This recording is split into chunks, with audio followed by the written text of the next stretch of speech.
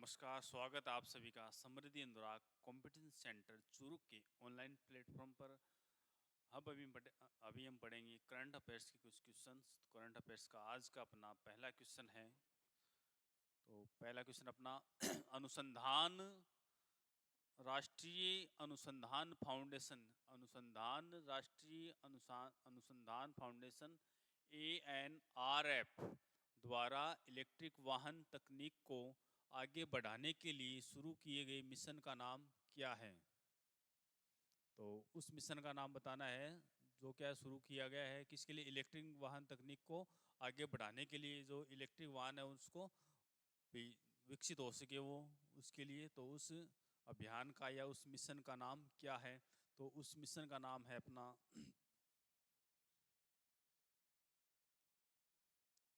महा EV mission. क्या नाम है? महा ईवी मिशन। ये क्या है? उस मिशन का नाम है। हम देखो कुछ डिटेल्स पढ़ते हैं अपन। राष्ट्रीय अनुसंधान फाउंडेशन ने इलेक्ट्रिक वाहन ईवी तकनीक को आगे बढ़ाने के लिए महा ईवी मिशन शुरू किया। इसका उद्देश्य आयात निर्भरता को कम करना, घरेलू नवाचार को बढ़ावा देना और भारत को ईवी क्षेत्र में एक वैश्विक नेता बनाना है। यह मिशन ANRF के कार्यक्रम का हिस्सा है, जो सहयोग के माध्यम से महत्वपूर्ण वैज्ञानिक चुनौतियों का समाधान करता है।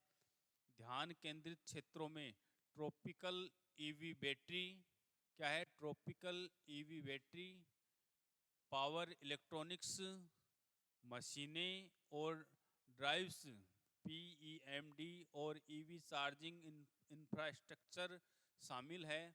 यह भारत की ईवी घटक डिजाइन और विकास की क्षमता को बढ़ाएगा।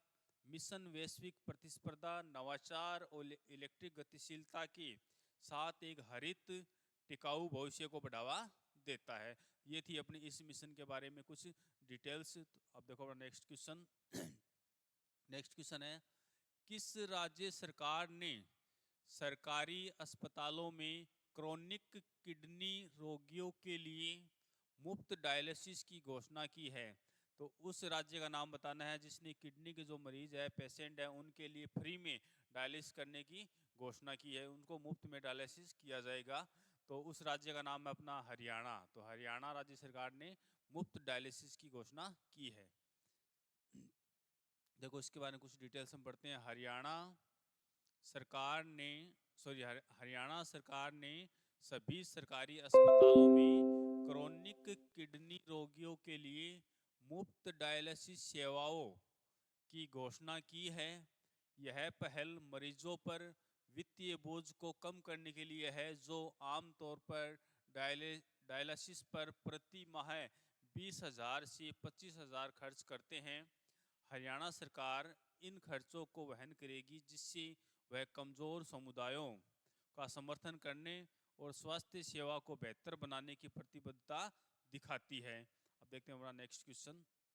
तो नेक्स्ट क्वेश्चन अपना, हाल ही में भारत ने अपनी चौथी परमाणु संचालित बैलिस्टिक मिसाइल, क्या है? चौथी परमाणु संचालित बैलिस्टिक मिसाइल पनडुब्बी SSBN का प्रक्षेपण किस स्थान पर किया है? तो किस स्थान पर किया है? तो वो स्थान अपना विशाखापट्टनम। विशाखापट्टनम में क्या किया है? चौथी परमाणु संचालित बैलिस्टिक मिसाइल पनडुब्बी का प्रक्षेपण किया है। तो कुछ डिटेल्स इस क्वेश्चन के बारे में पढ़ते हैं। भारत ने अपनी चौथी परमाणु संचालित बैलिस्टिक मिसाइल पनडुब्बी SSBN, जिसका कोड नाम S4 स्टार है, का प्रक्षेपण विशाखापट्टनम के शिप बिल्डिंग सेंटर में किया। S4 स्टार में 75% स्वदेशी सामग्री है और यह 3500 किलोमीटर की रेंज वाली कलाम 4 बैलिस्टिक मिसाइलों से सुसज्जित है। यह 3 मौजूदा पनडुब्बियों INS अरिहंत, कौन सी? INS अरिहंत, INS अरिघात और INS अरिधमान के साथ जुड़ती है। सरकार फ्रेंच नेवल ग्रुप के सहयोग से 3 और उन्नत डीजल हमला पनडुब्बियों का निर्माण करने की योजना बना रही है। परमाणु पनडुब्बियां परमाणु रिएक्टर का प्रयोग करती है, जिससे इन्हें असीमित रेंज और सहन शक्ति मिलती है, जो केवल आपूर्ति और रखरखाव द्वारा सीमित होती है। देखो नेक्स्ट क्वेश्चन अपना। नेक्स्ट क्वेश्चन है, वार्षिक भारतीय सैन्य विरासत महोत्सव क्या है? वार्षिक भारतीय सैन्य विरासत महोत्सव IMHF के दूसरे संस्करण का उद्घाटन कहाँ हुआ? तो वार्षिक भारतीय सैन्य वार्षिक भारतीय सैन्य विरासत महोत्सव का उद्घाटन दूसरे संस्करण उद्घाटन नई दिल्ली में हुआ। कहाँ हुआ? नई दिल्ली में हुआ। जो कुछ डिटेल्स हम पढ़ते हैं। भारतीय सैन्य विरासत महोत्सव का दूसरा संस्करण 8 नवंबर 2024 को नई दिल्ली में शुरू हुआ। यह आयोजन वैश्विक और भारतीय विचारकों, निगमों, सार्वजनिक और निजी क्षेत्रों, गैर लाभकारी संगठनों और शिक्षाविदों को एकत्र करता है, जो राष्ट्रीय सुरक्षा, विदेश नीति और सैन्य विरासत पर ध्यान केंद्रित करते हैं। Chief of defence staff general कौन है? Chief of defence staff general Anil Chauhan और तीनों सेवा प्रमुखों ने महोत्सव का उद्घाटन किया। उद्घाटन में शौर्य गाथा परियोजना की शुरुआत भी शामिल थी, जिसका नेतृत्व सैन्य मामलों का विभाग और भारत का USI कर रहे हैं। शौर्य गाथा परियोजना का उद्देश्य शिक्षा और पर्यटन के माध्यम से भारत की सैन्य विरासत का संरक्षण और प्रचार करना है। अब देखो अपना नेक्स्ट क्वेश्चन। तो नेक्स्ट क्वेश्चन है, हाल ही में दिल्ली में दक्षिण एशियाई दूरसंचार नियामकों की परिषद SATRC की मेजबानी किस संगठन ने की? किसकी मेजबानी? दक्षिण एशियाई दूरसंचार नियामकों की परिषद की मेजबानी किस संगठन ने की? तो उस संगठन का नाम है अपना भारतीय दूरसंचार विनियामक प्राधिकरण। भारतीय दूरसंचार विनियामक प्राधिकरण। अब देखते हैं इसके बारे में कुछ डिटेल्स हम पढ़ते हैं। तो इसके बारे में कुछ डिटेल अपने भारतीय दूरसंचार विनियामक प्राधिकरण ने दिल्ली में दक्षिण एशियाई दूरसंचार नियामकों की परिषद की मेजबानी की। इस आयोजन एशिया पैसिफिक टेलीकम्युनिटी किसके द्वारा किया गया? आयोजन एशिया पैसिफिक टेलीकम्युनिटी द्वारा किया गया। APT एक अंतर सरकारी संगठन है, जिसे 1979 में एशिया पैसिफिक में ICT विकास को बढ़ावा देने के लिए स्थापित किया गया था। APT को यूनेस्केप और अंतर्राष्ट्रीय दूरसंचार संघ ITU का समर्थन प्राप्त है। वर्तमान में APT में 38 सदस्य देश, 4 सहयोगी सदस्य और 140 से अधिक संबद्ध सदस्य शामिल हैं, जिनमें ICT में शामिल निजी कंपनियां और शैक्षणिक संस्थान शामिल है। अब देखो अपना नेक्स्ट क्वेश्चन। तो नेक्स्ट क्वेश्चन है, उस प्रवासी पक्षी का नाम क्या है जिसने हाल ही में राजस्थान भारत की सबसे लंबी प्रवासी उड़ान का रिकॉर्ड तोड़ा है? उस प्रवासी पक्षी का नाम बताना है जिसने राजस्थान, जो कि भारत में है, वहाँ सबसे लंबी प्रवासी उड़ान का रिकॉर्ड तोड़ा है। तो उस पक्षी का अपने क्या नाम है? उसका नाम है डेमोइसिल क्रेन। क्या नाम है? डेमोइसिल क्रेन ने सबसे लंबी उड़ान का रिकॉर्ड तोड़ा है। आप देखो अपना नेक्स्ट क्वेश्चन, इसके बारे में कुछ डिटेल हम पढ़ते हैं। एक साइबेरियन डेमोइसल क्रेन सुखपाक ने 3676 किलोमीटर से अधिक की यात्रा कर राजस्थान भारत में रिकॉर्ड बनाया। यह सबसे छोटी क्रेन प्रजाति है जो अपने एकाकी और सामाजिक व्यवहार के लिए जानी जाती है। यह पक्षी भारत में सांस्कृतिक महत्व रखता है, जहाँ इसे कुंज या कुर्जा कहा जाता है। क्या कहा जाता है भारत में? कुंज या कुर्जा कहा जाता है। डेमोइसिल क्रेन खेतों, स्टेपी, रेगिस्तान और पानी के पास के मैदानों में रहती है। मध्य यूरेशिया में प्रजनन करती है और भारत तथा उप सहारा मरुस्थल या उप सहारा अफ्रीका में सर्दी बिताती है। सुकपाक ने भारत पहुंचने के लिए रूस, कजाकिस्तान, तुर्कमेनिस्तान, अफगानिस्तान और पाकिस्तान के माध्यम से एक असामान्य मार्ग अपनाया।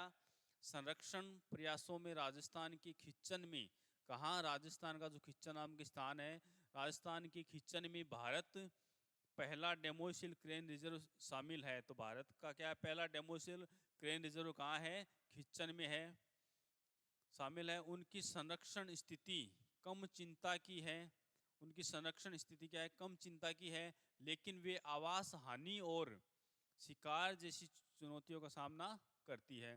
देखो नेक्स्ट क्वेश्चन, अपना नेक्स्ट क्वेश्चन है, देखो मिखेल मिखेल कावेला शेविली को किस देश का नया राष्ट्रपति चुना गया है? तो किस देश का चुना गया है? जॉर्जिया का चुना गया है।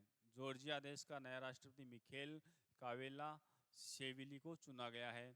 मिखेल कावेला शेविली पूर्व जॉर्जियाई राष्ट्रीय फुटबॉलर को विपक्ष के बहिष्कार के बीच 14 दिसंबर 2024 को जॉर्जिया का राष्ट्रपति निर्विरोध चुना गया। वह रूस समर्थक और पश्चिम विरोधी है और उन्होंने पश्चिम समर्थक राष्ट्रपति सलेमो जुराबिशविली का स्थान लिया, जिन्होंने उनके चुनाव की निंदा की। जॉर्जिया में राष्ट्रपति की भूमिका मुख्यतः औपचारिक होती है और वास्तविक शक्ति प्रधानमंत्री के पास होती है। पीपल्स पावर पार्टी के संस्थापक कावेला शेविली को सत्तारूढ़ जॉर्जियन ड्रीम पार्टी का समर्थन प्राप्त था और उन्होंने इलेक्टोरल कॉलेज में 225 में से 224 वोट जीते। विपक्ष ने अक्टूबर 2024 के संसदीय चुनाव में धांधली का आरोप लगाते हुए चुनाव का बहिष्कार किया। वह 29 दिसंबर 2024 को पदभार ग्रहण, उन्होंने कब पदभार ग्रहण किया? 29 दिसंबर 2024 को किया। नेक्स्ट क्वेश्चन, दिल्ली सरकार द्वारा 60 वर्ष और उससे अधिक आयु के सभी नागरिकों के लिए घोषित मुफ्त स्वास्थ्य योजना का क्या है? 60 वर्ष से अधिक जितने भी नागरिक हैं उनके लिए दिल्ली सरकार ने एक स्वास्थ्य योजना शुरू की है, वो भी फ्री में। तो उसका क्या नाम है? उसका नाम है अपना संजीवनी योजना। क्या नाम है? संजीवनी योजना। दिल्ली सरकार द्वारा घोषित संजीवनी योजना 60 वर्ष और उससे अधिक आयु के सभी दिल्ली नागरिकों को मुफ्त चिकित्सा देखभाल का वादा करती है, चाहे उनकी आय जो इनकम है कुछ भी हो, इनकम का इसमें कोई रोल नहीं है। यह योजना सरकारी और निजी दोनों अस्पतालों में उपचार को कवर करेगी, जो मौजूदा स्वास्थ्य नीतियों का विस्तार दर्शाती है। दिल्ली सरकार स्वास्थ्य देखभाल के लिए महत्वपूर्ण धनराशि आवंटित करती है, जो राष्ट्रीय आयुष्मान भारत योजना, कौन सी योजना? राष्ट्रीय आयुष्मान भारत योजना के बजट से अधिक है, ताकि अपने वरिष्ठ नागरिकों के लिए व्यापक चिकित्सा समर्थन सुनिश्चित किया जा सके। देखो नेक्स्ट क्वेश्चन, नेक्स्ट क्वेश्चन अपना 2024 में प्रेषण, क्या है? प्रेषण के लिए शीर्ष प्राप्तकर्ता देश कौन सा था? तो इसके लिए प्रेषण के लिए शीर्ष प्राप्तकर्ता देश कौन सा है? मैक्सिको। कौन सा है? मैक्सिको। देखो 2024 में भारत प्रेषण के मामले में वैश्विक स्तर पर अग्रणी है, जिसकी अनुमानित आय 129 बिलियन डॉलर है। इसके बाद मैक्सिको, चीन, फिलीपींस और पाकिस्तान का स्थान है। 2024 में निम्न और मध्यम आय वाले देशों के लिए प्रेषण 685 बिलियन डॉलर होने का अनुमान है, जिसमें दक्षिण एशिया में 11.8% की वृद्धि देखी जा रही है। 2024 में प्रेषण वृद्धि का अनुमान 5.8% है, जो 2023 में 1.2% थी, और यह विदेशी प्रत्यक्ष निवेश FDI जैसी वित्तीय प्रवाह से अधिक है। पिछले एक दशक में FDI में 41% की गिरावट आई है, जबकि प्रेषण में 57% की वृद्धि हुई है, जो अमेरिका जैसे उच्च आय वाले देशों में नौकरी बाजार की रिकवरी द्वारा प्रेरित है। प्रेषण वैश्विक स्तर पर परिवारों को महत्वपूर्ण वित्तीय सहायता प्रदान करता है। देखो नेक्स्ट क्वेश्चन अपना, नेक्स्ट और लास्ट क्वेश्चन आज का। हाल ही में भारतीय सेना ने मराठा योद्धा छत्रपति शिवाजी की प्रतिमा किस झील पर स्थापित की है? तो मराठा के जो सरदार है, जो योद्धा है, क्या नाम जिनका, छत्रपति शिवाजी, उनकी जो प्रतिमा है, मूर्ति है, उनको किस झील के किनारे स्थापित किया है? तो वो है अपनी पेंगोंग झील। कौन सी झील है? पेंगोंग झील है। देखो इसका कुछ डिटेल। भारतीय सेना ने पूर्वी लद्दाख में पेंगोंग पेंगोंग तसो झील के पास मराठा योद्धा छत्रपति शिवाजी महाराज की प्रतिमा स्थापित की है। यह प्रतिमा चीन की सीमा से लगे वास्तविक नियंत्रण रेखा LAC वास्तविक नियंत्रण रेखा के पास 14,300 फीट की ऊंचाई पर स्थित है। इसे 26 दिसंबर 2024 को अनावरण किया गया था, जो शिवाजी की अटल भावना और प्रेरणादायक विरासत का उत्सव है। यह प्रतिमा भारतीय शासक के स्थायी मूल्यों और साहस का प्रतीक है। तो किस झील के किनारे है शिवाजी की मूर्ति या प्रतिमा? पेंगोंग तसो झील है, जो कहाँ है? पूर्वी लद्दाख में स्थित है। तो आज की क्लास में हमने करंट अफेयर्स के 10 क्वेश्चन पढ़े, उनकी विस्तृत में जानकारी प्राप्त की। तो आज की क्लास में इतना ही पढ़ेंगे। आपसे का बहुत बहुत धन्यवाद।